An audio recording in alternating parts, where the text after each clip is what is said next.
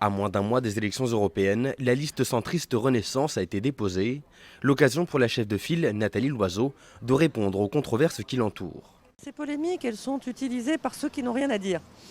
Ceux qui attaquent une tête de liste sans parler d'Europe, sans parler de projet, en faisant ce que la politique a de moins intéressant et ce qui probablement agace le plus les Français dans la politique. On m'avait dit de m'attendre au pire, je suis servie, les Français valent mieux que ça. Dimanche, une bande dessinée co-signée par Nathalie Loiseau fait polémique. La raison, cette planche dans laquelle un professeur explique à ses élèves qu'il faut respecter les différentes opinions entre les pays de l'Union européenne. Et l'exemple choisi est celui du mariage homosexuel, autorisé dans certains États membres, mais illégal dans d'autres, comme en Pologne. Ce lundi, la tête de liste LREM était invitée à réagir sur la fermeture de l'École nationale d'administration. Sur l'antenne de France Culture, sa réponse crée une nouvelle controverse.